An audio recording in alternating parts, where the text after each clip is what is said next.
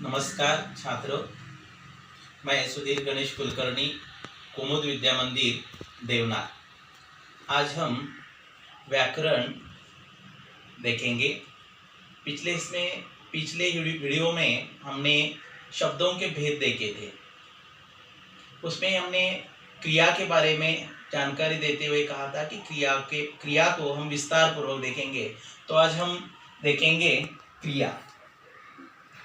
ये 2 अंकों के लिए प्रश्न आता है। क्रिया में सहायक क्रिया और प्रेरणार्थक क्रिया, एक अंकों के लिए प्रश्न रहता है।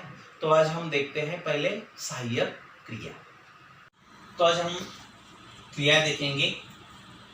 फॉर एग्जाम्पल, उदाहरण के तौर पर, टैक्सी एक पतली सी सड़क पर दौड़ पड़ी।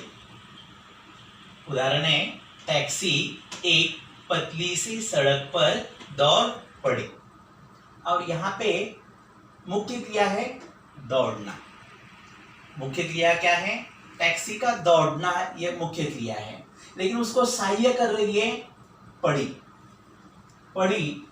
ये उसे सहाय्य कर रही है। दूसरे वाक्य में देखो, लक्ष्मी सानी में मुंह मारने लगी। लक्ष्मी सानी में मुंह मारने लगी। यहाँ पे मुख्य क्रिया है मारना, लेकिन उसे सहाय्य कर रही है लगी। ये क्रिया सहायक क्रिया है, लगी। तीसरे वाक्य में देखो, यह हमारी गाय का चारा खा गई। यह हमारी गाय का चारा खा गई। यहाँ पे मुख्य क्रिया है गाय का खाना। खाना ये मुख्य क्रिया है, और मुख्य क्रिया को सहाय्य कर रही है ये गई। मुख्य क्रिया है खाना, और उसे सहाय्य कर रही है गई।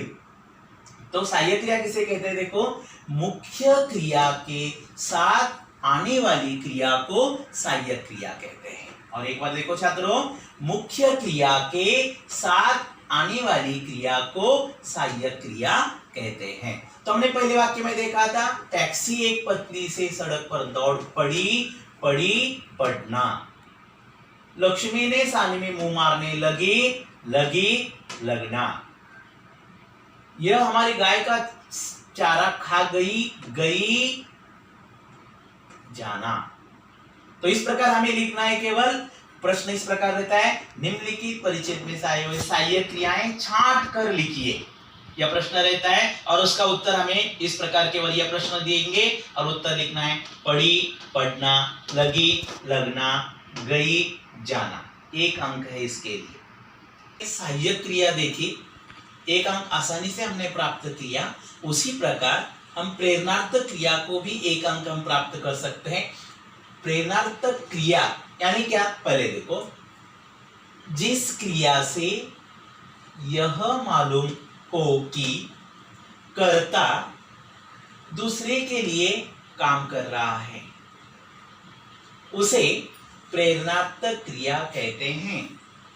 और एक बार देखो छात्रों, जिस क्रिया से यह मालूम हो कि कर्ता दूसरे के लिए काम कर रहा है, उसे प्रेरणार्थक क्रिया कहते हैं। प्रेरणार्थक क्रिया, मूल क्रिया, प्रथम प्रेरणार्थक और द्वितीय प्रेरणार्थक के रूप हम देखेंगे। प्रश्न इस प्रकार होता है, निम्नलिखित क्रिया का प्रथम तथा द्वितीय प्रेरणार्थक रूप लिखिए। 1 अंक के लिए रहता है। प्रश्न इस प्रकार रहता है, निम्नलिखित क्रिया का प्रथम तथा द्वितीय रूप लिखिए। क्रिया, प्रथम प्रेरणार्थक, द्वितीय प्रेरणार्थक। 1 फैलना, फैलाना, फैलवाना। 2 लिखना, लिखाना, लिखवाना। भीगना, भिगाना, भिगवाना। यहाँ पे ध्यान देने बात यह है कि भीगना, यह भी जो है वो दीर्घ है, लेकिन यहाँ प्रथम प्रेरणार्थक में तथा द्वितीय प्रेरणार्थक में वो ह्रस्व है। इसलिए कि क्रिया हमेशा अगर दीर्घ भी होती है तो प्रथम और द्वितीय प्रेरणार्थक रूप हमेशा ह्रस्व होते हैं, मतलब ई की मात्रा जो है वो हमेशा छोटी ई की मात्रा होती है। यह ध्यान देने की बात है। उसी प्रकार रोना, रुलाना, रुलवाना, यहाँ पर भी रू है, यह ह्रस्व है। अगर हम इसे गांठ लगा देते हैं तो वो दीर्घ हो जाता है।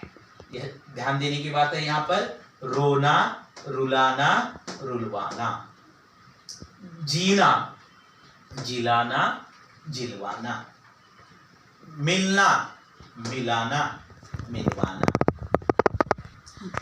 तो ये प्रेरणार्थ क्रिया 1 अंकों का प्रश्न आपको अच्छी तरह से समझ में आया होगा और 1 अंक आप आसानी से प्राप्त करेंगे, ऐसी मुझे आशा है। धन्यवाद।